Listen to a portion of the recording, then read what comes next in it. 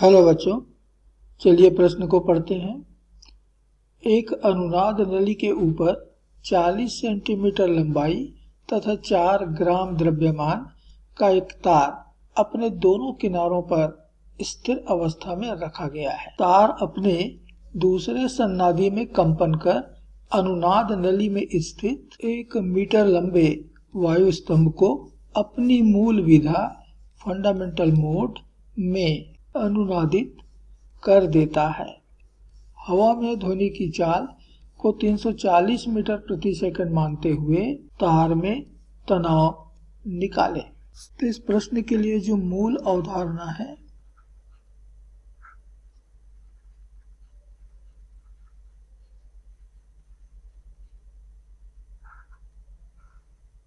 वह है अनुनादी कंपन।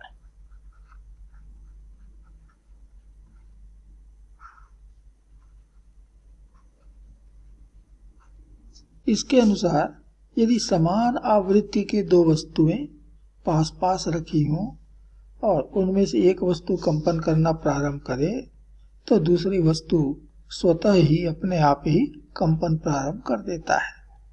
इसी घटना को हम कहते हैं अनुनादी कंपन। इस कंपन में कंपन का आयाम बहुत अधिक होता है और इसलिए हमें तीव्र ध्वनि सुनाई देता है।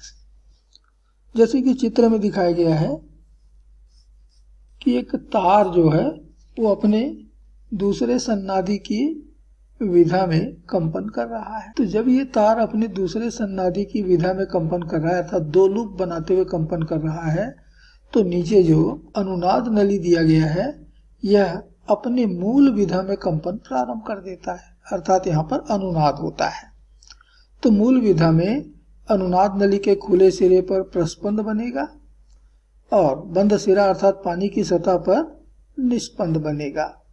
तो यहाँ पर तरंग हमें कुछ इस तरह से प्राप्त होंगे। एक अपरगामी तरंग। और तार और अनुनाद नली यदि अनुनाद कर रहे हैं तो दोनों की आवृत्तियां एक समान होंगे। बस इसी अवधारणा पर यह प्रश्न आधारित है। हमें मालूम है कि एक तार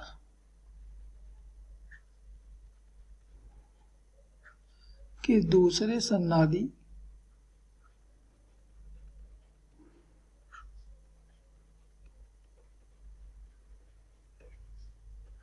की आवृत्ति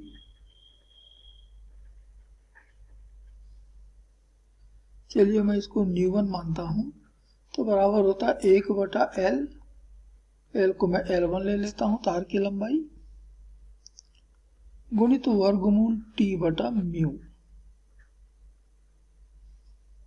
मैंने L1 तो बता दिया है, तार की लंबाई है। यहाँ पर T है तार में तनाव या तार का तनाव।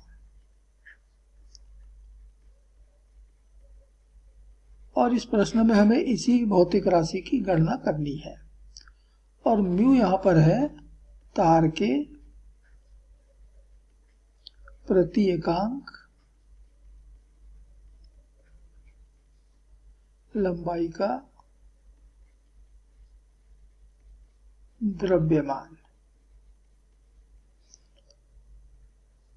अर्थात तार का द्रव्यमान m बटे तार की लंबाई L1। अब इसी प्रकार अनुनाद नली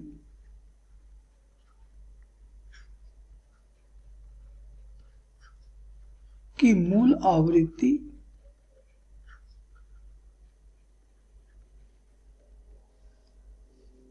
इसको मैं यहाँ पर न्यू2 ले लेता हूं, ये बराबर होता है V/4L। L को मैंने L2 मान लिया। अब यहाँ पर भी ध्वनि की चाल है,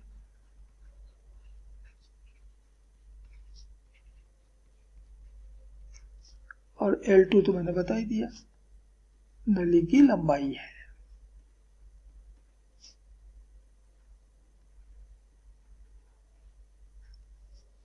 अब प्रश्न कहता है कि इन दोनों में अनुनाद हो रहा है, अर्थात न्यू और न्यू2 तो आपस में बराबर होंगे। तो अनुनाद की स्थिति में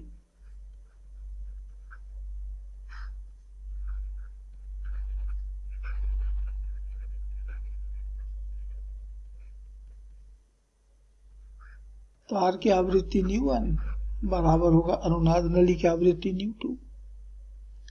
तो तार की आवृत्ति हमने कहा 1/L1 गुणित वर्गमूल T/μ और ν2 है V/4L2। दोनों तरफ हमने वर्ग किया तो 1/L1 का वर्ग, यहां से वर्गमूल हट गया T/μ और μ का मान है m/L1 बराबर मिलेगा V का वर्ग बटे 16L2 का वर्ग। यहाँ दाएं पक्ष का भी वर्ग कर दिया और इसलिए T तार में तनाव बराबर मिल रहा है V वर्ग गुणित L1m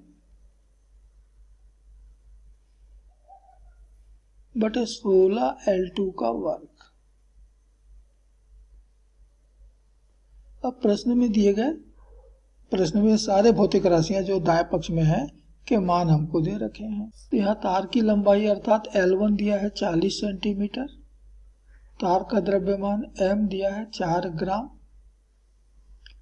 अनुनाद नली की लंबाई L2 दिया है 1 मीटर और वायु में ध्वनि की चाल दिया हुआ है 340 मीटर प्रति सेकंड।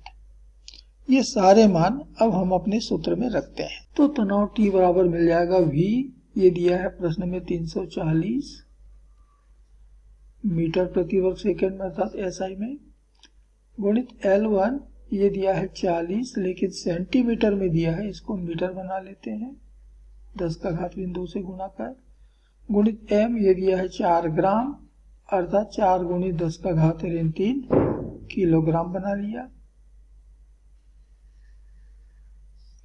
बटे 16 और L2 का मान दिया 1 मीटर, तो ये हो गया 1 का वर्ग। तो हल करने पर हमको आ रहा है 11.56 न्यूटन। तो ये है दिए गए प्रश्न में तार का तनाव और यही हमसे पूछा गया था और इसलिए यही हमारे इस प्रश्न का उत्तर है। आशा करते हैं आपको समझ आया होगा। धन्यवाद।